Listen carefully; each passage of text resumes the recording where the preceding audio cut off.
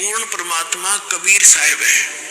सर्व का उत्पादक करने वाला, सबकी सृष्टि रचना वही करता है। वो सतलोक में रहता है, ऊपर तीसरे मुक्ति धाम में, और वहां मनुष्य सदृश शरीर है। राजा की तरह जैसे राजा सबका मालिक होकर रहता है, ऐसे वो ऊपर सिंहासन पर विराजमान है, मनुष्य दृश्य है।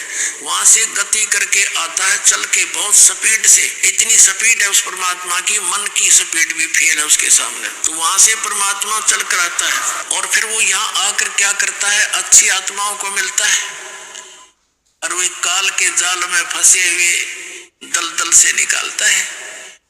एक समय एक अब्राहिम सुल्तान अधम नाम का मुसलमान राजा था।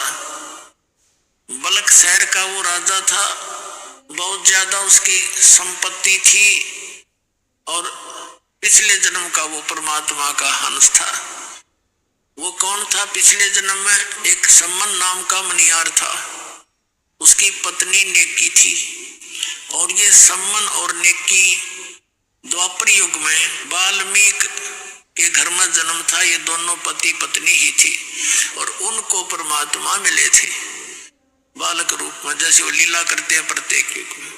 तो उनकी उस सेवा के वश परमात्मा ने उनको फिर वहां आकर संभाला था। उसके बाद नेकी और उसका पुत्र सेव तो पार हो गया था, सम्मन नहीं हुआ था।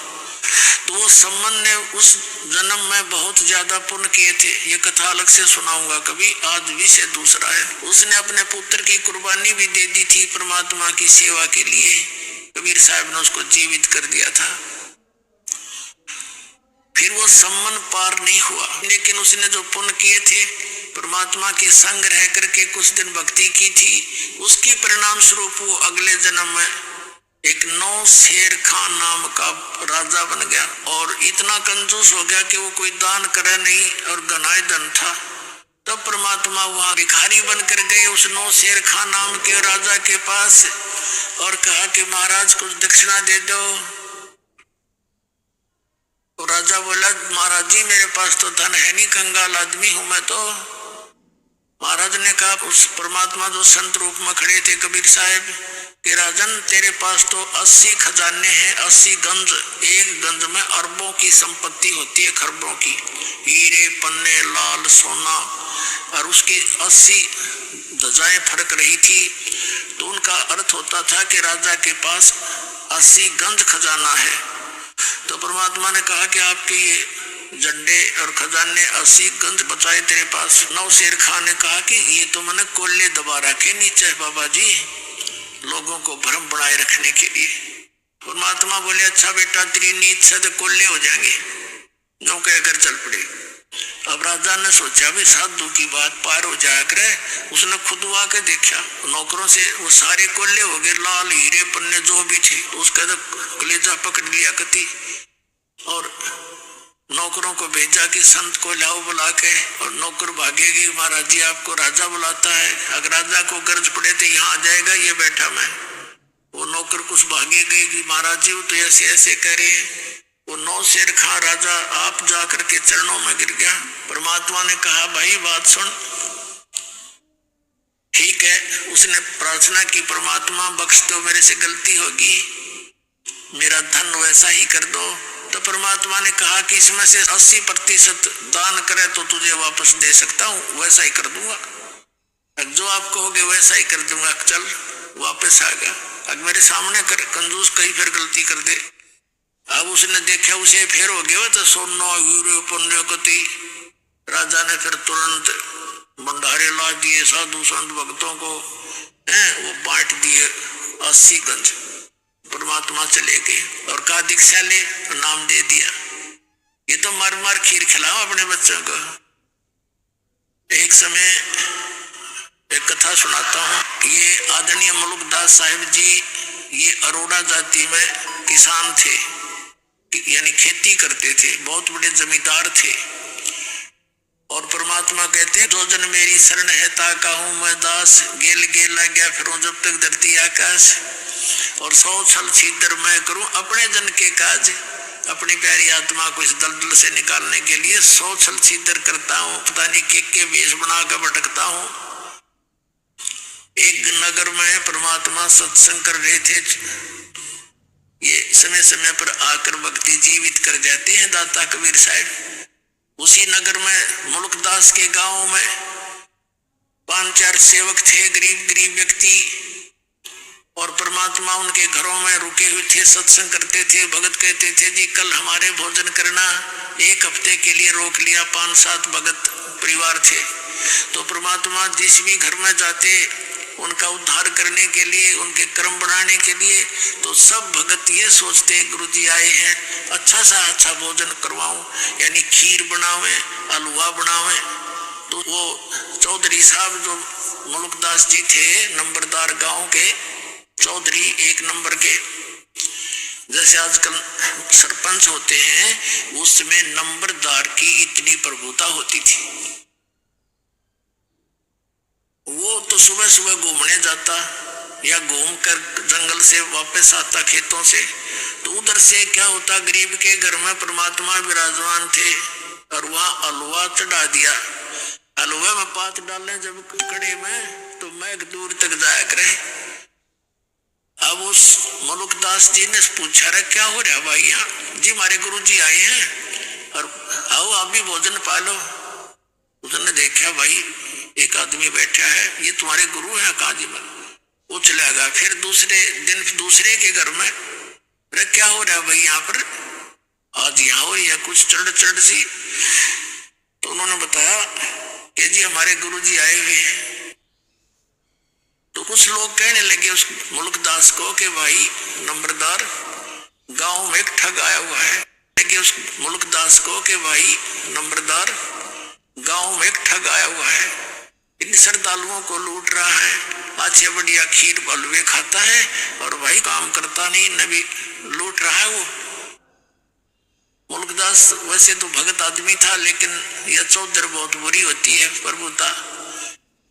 जाके जिस भगत के घर वो रुके हुए थे परमात्मा उस दिन, तो कुछ लोग कहने लगे उस मुल्कदास को कि भाई नंबरदार गांव में एक ठग आया हुआ है, इन श्रद्धालुओं को लूट रहा है, अच्छे बढ़िया खीर हलवे खाता है और भाई काम करता नहीं, नबी लूट रहा है। वो मुल्कदास वैसे तो भगत आदमी था, लेकिन यह चौधर बहुत बुरी होती है प्रभुता।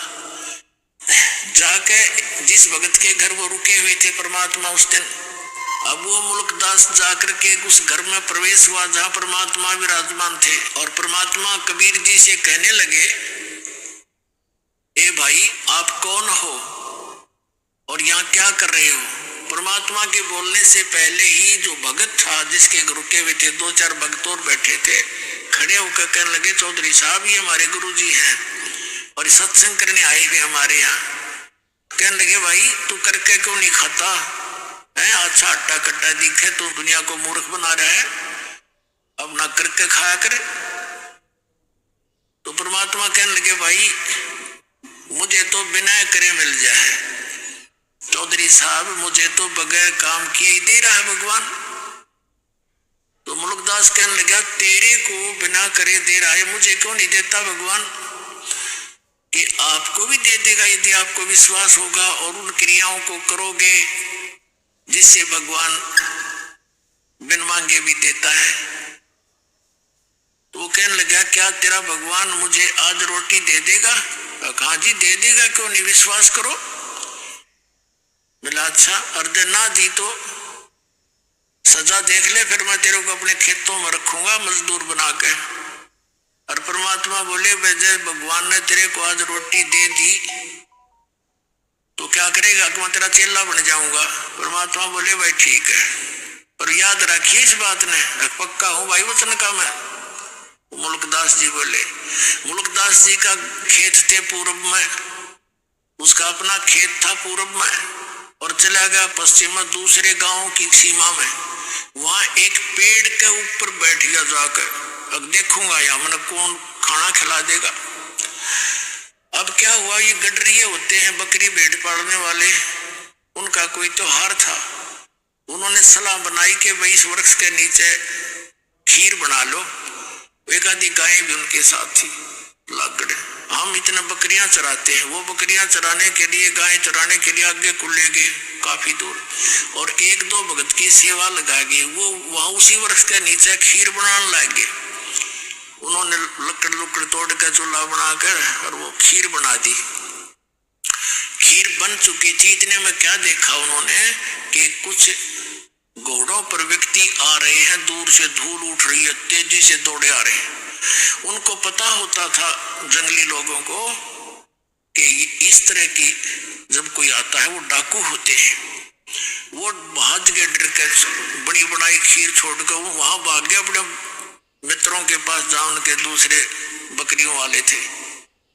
उधर से वो घोड़े वाले आकर, बड़ा बढ़िया वृक्ष था उसके नीचे खड़े हुए, रुक जाओ थोड़ी देर। एक कहने लगा इसमें क्या बना रहा है, ये क्या है देखियो। उनका सरदार बोला, एक डाकू नीचे उतरा जी, इसमें तो खीर है। वो समझ के डरता भाग गया होगा कोई तुम्हारे को देखकर, और खीर बना रखी। तो भाई और कहने लगे दूसरे डाकू के, उस्ताद भूख लग रही है, ला खा इसने। एक उनमें समझदार सा बोला, अरे भाई कदे कोई जहर मिला गया होगा, साजिश हो, इसी ने खिला के देख लो। उन्हीं में से एक बोला, भाई वो कहाँ गया होगा, यहीं की तो छुप रहा होगा, ढूंढ लो उनने और उसी को खिलाएंगे। अब वो देखा इधर उधर बोझड़े आसपास के झाड़ों झोड़ों में, एक ने ऊपर देखा, अगर वो बैठा, उन्होंने सोचा डरता चढ़ गया ऊपर ही। तो उन्होंने कहा, भाई नीचे आ जा, कौन है तू?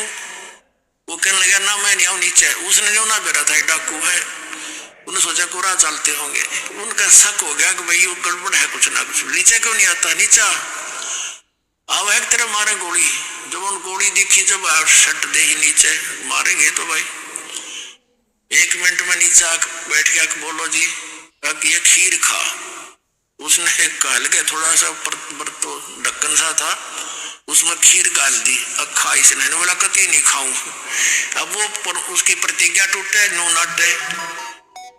उनका पक्का सब हो गया कि बदमाश कुछ ना कुछ गड़बड़ कर रहा है इसमें। 2 मारे जूत और लात मारी, खा बैठ के। अब उसने सोचा ये गढ़ेंगे और गड़ा पीटेंगे। उसने वह खा ली और खा के एक मारी लात, 1 घंटा बैठाए रखा, अग मरेगा तो मर लेगा। जब देखा ठीक ठाक है, उसने कहा जी वैसे कोई और बात थी और ये तो कोई और बनावा थे, वो भाग गए डर के। तो बोला तो भाग यहाँ से, उसका मारी लाते को भाग लिया। फिर उन्होंने खीर खाई या ना खाई दूसरी बात। तो उसने जब वो देखा कि ये तो डाकू है और उन्होंने मारे उसका लात, वो घना डर गया मुल्कदास। और न्यो करे कबीर साहब को, हे फलाने के गुरुजी, जिसके घर में वो रुका हुआ था, उसका नाम लेके हे धनपत के गुरुजी, आज मेरी जान बचा दे, मैं तेरा चेला बनूंगा पक्का। अब मालिक ने उसकी फटक भी काटनी थी और वो वहां भी बरवानी थी। तो उसके नो पक्की जचगी, आज इस गुरुजी के कारण मेरी जान बची है, ना तो सीधी मारे गोली ने किसका डर हो से भाई। तो वहां से लेकर सीधी सुरती लाई, उसने जान बची, लाखों पाए और परमात्मा के चरणों में आके गिर गया और बैठ के नो रोए। परमात्मा बोले, चौधरी साहब भगवान ने कुछ करी सेवा? नो कहने लगा, जी आपका भगवान तो मार मार खीर खिलाता है, मेरी जान बची, ऐसे सारी कथा सुना दी। तो परमात्मा कहते हैं, ये सब खेल हमारे किए, हमसे मिले सो निश्चय जी। अब जो प्रसंग चल रहा है वही आते हैं। अब परमात्मा ने उस 9 शेर खां बादशाह से कहा, ये सारे बाट और यहीं बैठा हूं, ना तो तेरी और भी गड़बड़ हो सकता है तेरे घर पे। उस डरते न वो सारे 80% खजाने बांट दिए, धर्म कर दिया और नाम ले लिया। अब नाम ले लिया, जब किसा उद्धार किया उस प्राणी का। हम तो इस नरक ने इकट्ठा करते हैं सारा जीवन, माया जोड़ ले, बैंक भर दे, 1 मिनट में मर जा। फिर अगर आपके बच्चों को आप परमात्मा की शरण निश्चिंत होकर जाइए, आप जब सतलोक जाने का समय आवे, वो आपके बच्चों को हाथों पर रखेगा, चिंता नहीं करनी।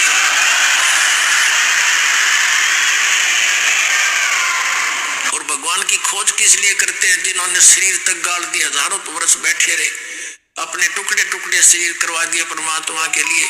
परमात्मा कहते हैं, जाके ऊपर ऐसी बीती कैसा है वो देश, वो कैसा वो भगवान जिसके लिए हम ट्राई कर रहे थे और वो खोजे से नहीं मिला और स्वयं आके मिला, उसको हमने पहचान नहीं करी। जगत गुरु तत्वदर्शी संत रामपाल जी महाराज की ऐसी और वीडियो देखने के लिए चैनल को लाइक और सब्सक्राइब करें।